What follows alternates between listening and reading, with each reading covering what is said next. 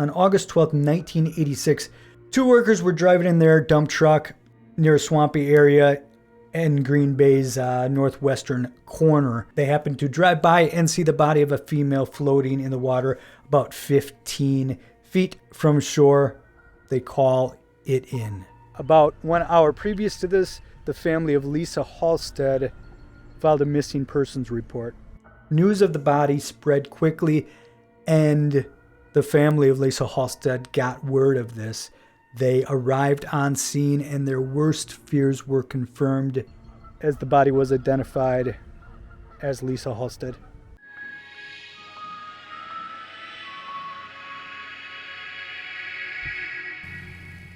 Lisa Holstead was 22 at the time and a single mother of one. She lived at 1141 Packerland Drive in Green Bay, Wisconsin, with her live-in boyfriend, John Sott. As the investigation began, they had tire tracks, they had shoe prints, which they felt were most likely connected with the crime. They were able to take casts of these.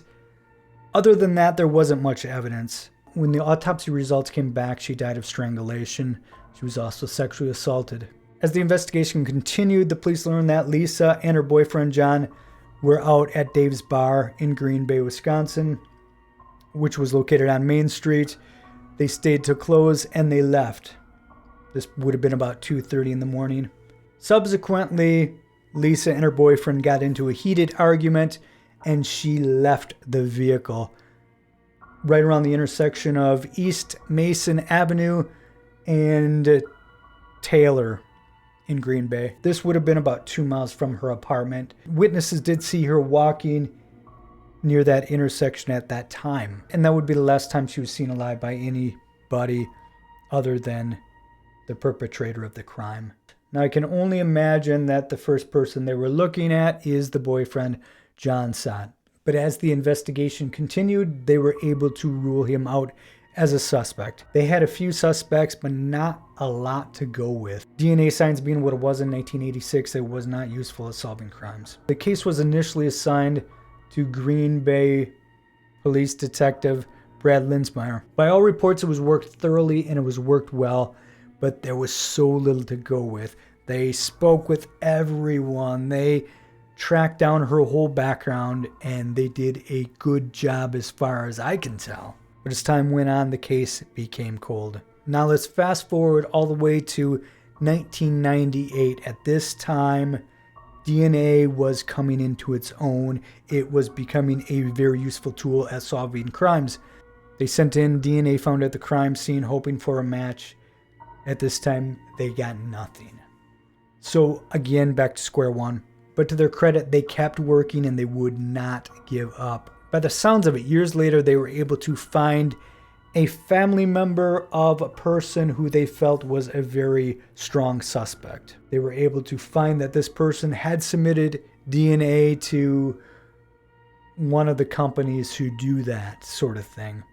They were able to get it, and this came back as a very possible match with who they thought was the perpetrator. September 15, 2020, they're monitoring this person who they believe could be the killer.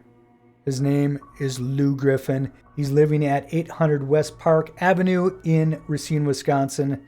They witnessed him throwing away a cigarette butt and a beer can, and they retrieved this evidence from the dumpster. From this, they were able to gather his DNA. They were able to run it against the initial DNA found at the crime scene, and they have a match. Finally, after nearly 40 years, they have their guy. Now, they looked at him before because Lou Griffin was in the area at the time. In 1981, he was convicted of 2 counts of second-degree sexual assault with a child and sentenced to 9 years at the Green Bay Correctional Institute. Now, he got out May 20th, 1986 on parole. So he served 5 of the 9 years.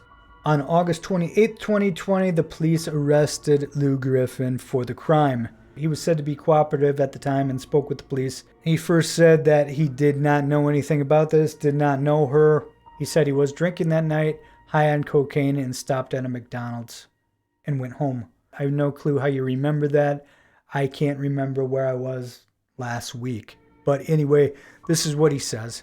Then after nearly 3 years of back and forth motions and filings and all of the courtroom procedures going on, and then just before the trial was about to start, they reached a plea deal. He pleaded to a Class C felony, which was homicide by reckless conduct, and he was sentenced to 10 years, which was the maximum sentence for the crime he pleaded to. Originally, they were going for much more than this, but I guess they felt this was as good as they would get. At the time of his sentencing, he was 67 years old. Well, this just happened, so I think he's about 67 years old. So 10 years in prison, that puts him at nearly 80 years old. Still, 10 years for murder doesn't seem like enough. Obviously, it was a great outcome that they were able to finally solve this unsolved homicide. It was the oldest in the history of Brown County, which is where Green Bay is. Very good police work and persistence. It paid off. But at the end of the day, 10 years for sexual assault and strangulation of this 22-year-old single mother. That's not enough. A life has got to be worth more than that. But there you have it. This was a quick rundown of the case against Lou Archie Griffin for the murder of Lisa Holstead in 1986. Thanks for watching.